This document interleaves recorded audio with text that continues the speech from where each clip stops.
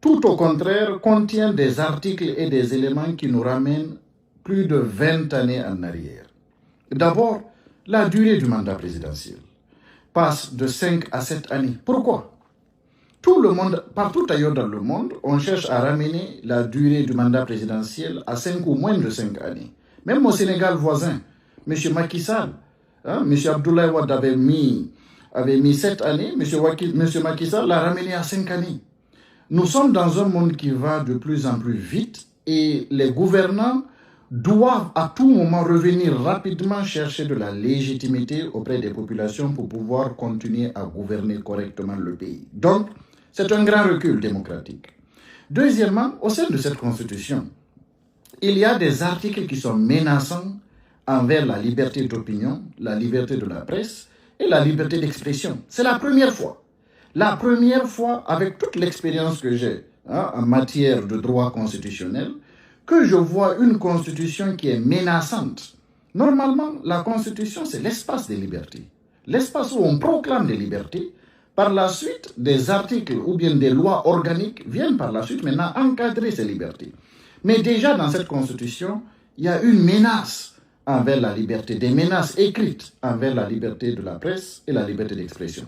Et nous voyons déjà que le comportement de M. Mamadi Doumbouya et du CNRD, depuis l'avènement du CNRD au pouvoir, ce comportement illustre cette menace en puissance qui arrive dans notre pays. Des journalistes sont kidnappés et on ne les retrouve pas. Habib Marwan Kamara, un jeune journaliste extrêmement brillant, dont j'ai eu l'honneur de répondre à ces questions sur le plateau de Djoma. Il a disparu. On ne sait plus où il est. Il a été kidnappé. Les agréments de tous les médias privés dans notre pays ont été retirés. Donc, la liberté d'opinion, la liberté de la presse se trouve menacée au sein de cette constitution. Et au-delà de cela, nos attentes en matière de lutte contre la corruption, il n'y a aucun organe indépendant de lutte contre la corruption au sein de cette constitution. Nos attentes en matière de décentralisation, les gouverneurs de région sont toujours nommés par le pouvoir de Conakry. Et puis, M. Mamadi Doumbouya nous a promis une constitution qui nous rassemble. Les articles de la charte de la transition qui disent que quiconque participe à la gestion de la transition ne devrait pas se porter candidat, ces articles n'ont pas été reconduits dans la constitution. Nous sommes encore aujourd'hui en Guinée gouvernés par la charte de la transition que M. Mamadi Doumbouya a juré de respecter et faire respecter. Les articles qui garantissent la stabilité de notre pays n'ont pas été reconduits dans les dispositions transitoires de la Constitution. Donc, c'est une haute trahison de M. Mamadi Doumbouya et une violation flagrante et grave de la charte de la transition. Donc, j'ai envie de vous dire, chers membres de notre communauté, que déjà la Constitution en elle-même, contrairement à ce que M. Mamadi Doumbouya, encore une fois, avait promis, ne nous ressemble pas et elle ne nous rassemble pas. Elle ne nous ressemble pas parce que le peuple de Guinée est attaché à ses libertés alors que cette constitution est menaçante envers nos libertés.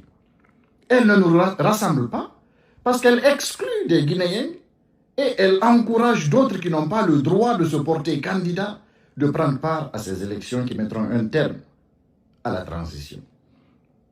Donc, première raison et premier élément que je souhaite mettre sur la table, c'est cet élément-là, cet élément que chacun de nous doit tenir en compte. Deuxièmement, l'ambassade de Guinée organise la vulgarisation de cette constitution, alors que nous, la communauté guinéenne au Canada, nous n'avons même pas été recensés dans le processus du PNRAVEC. Ceci est extrêmement insultant pour notre communauté.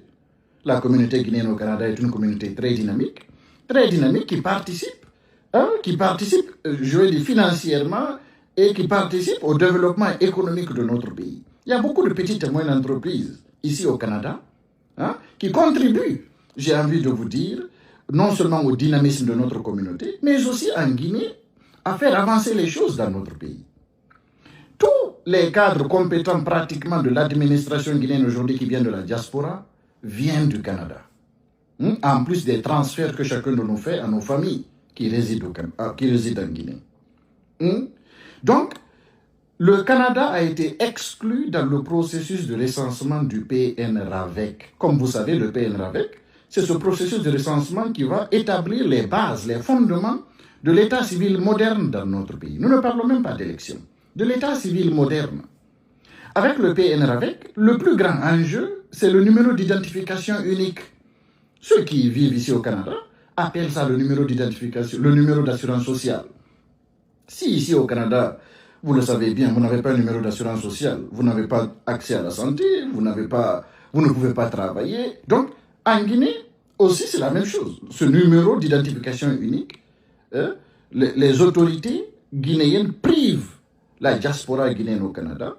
L'ambassade de Guinée n'a pas été capable, soi-disant que les kits n'ont pas pu venir au Canada, de faire recenser notre communauté. Et ils viennent organiser maintenant une vulgarisation d'une constitution où nous ne pouvons même pas, si jamais il y a un référendum, participer ou voter, oui ou non, contre cette constitution. Donc, je ne veux pas être très long. Ce sont ces deux éléments que je vais mettre sur la table. L'heure n'est pas à la propagande. L'heure n'est plus à la propagande.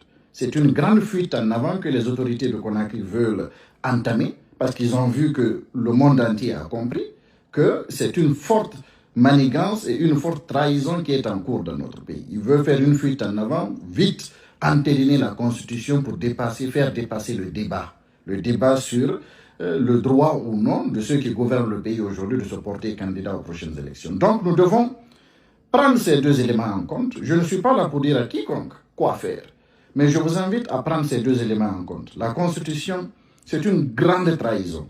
Elle ne nous ressemble pas et elle ne nous rassemble pas. Elle nous ramène en arrière. Et puis, nous n'avons pas été recensés et on veut aujourd'hui nous faire une vulgarisation d'une constitution qui ne nous ressemble pas, qui ne nous rassemble pas, alors qu'on ne peut même pas voter. Donc, j'invite l'ensemble de notre communauté à tout simplement boycotter cet événement qui est envisagé par l'ambassade de Guinée ici au Canada. Boycotter cet événement-là. Boycotter cet événement, c'est faire acte de patriotisme. Boycotter cet événement, c'est aussi faire acte de civisme. Boycotter cet événement, c'est finalement soutenir le camp de la liberté et de la démocratie qui exige et qui réclame une rectification de notre transition et un respect scrupuleux de la charte de la transition. Donc c'est cette lutte qui a démarré et chacun de nous ne doit effectivement être de côté dans cette lutte. Nous avons tous un rôle à jouer. Ce n'est pas le moment de embrayer et de donner de la force à ceux qui sont en train de dérouler un agenda dangereux pour notre pays. Tout au contraire, encore une fois, je vous invite à faire acte de patriotisme et de civisme en boycottant cet événement qui est appelé par l'ambassade de Guinée ici au Canada pour vulgariser une constitution qui ne nous ressemble pas et qui ne nous rassemble pas.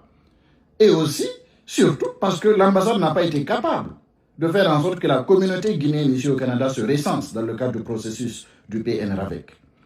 Donc, je vous invite à rejoindre le camp de la liberté et de la démocratie. Nous allons entamer cette lutte à laquelle nous n'avons pas droit d'échouer. Et si nous sommes ensemble, si nous sommes unis, comme nous avons eu à le faire par le passé, nous allons réussir. La communauté guinéenne au Canada, c'est une communauté très forte, à condition qu'on soit unis. Dans les prochains jours, vous verrez que les mobilisations du camp de la liberté et de la démocratie, ici au Canada, mais tout autour de la Guinée et partout ailleurs, où il y a des acteurs, des Guinéens qui croient encore en la liberté et à la démocratie, des mobilisations vont commencer et ça ne va pas s'arrêter tant et aussi longtemps qu'on n'assistera pas à une rectification de notre transition. Voilà, je suis désolé, la vidéo est déjà longue, ça fait 10 minutes, mais je voulais effectivement partager cet élément avec vous et effectivement vous inviter à beaucoup plus de patriotisme et beaucoup plus de civisme pour effectivement montrer aux autorités, à l'ambassade d'ici en Guinée, aux autorités à l'ambassade de Guinée ici au Canada et aux autorités guinéennes que la communauté guinéenne au Canada n'est pas contente. Elle n'est pas contente parce que malgré tous les efforts que nous faisons, non seulement on nous a insultés en faisant en sorte qu'on ne soit pas recensé, mais de plus, cette constitution, ce n'est pas une constitution qui nous ressemble et qui nous ressemble. Je vous remercie.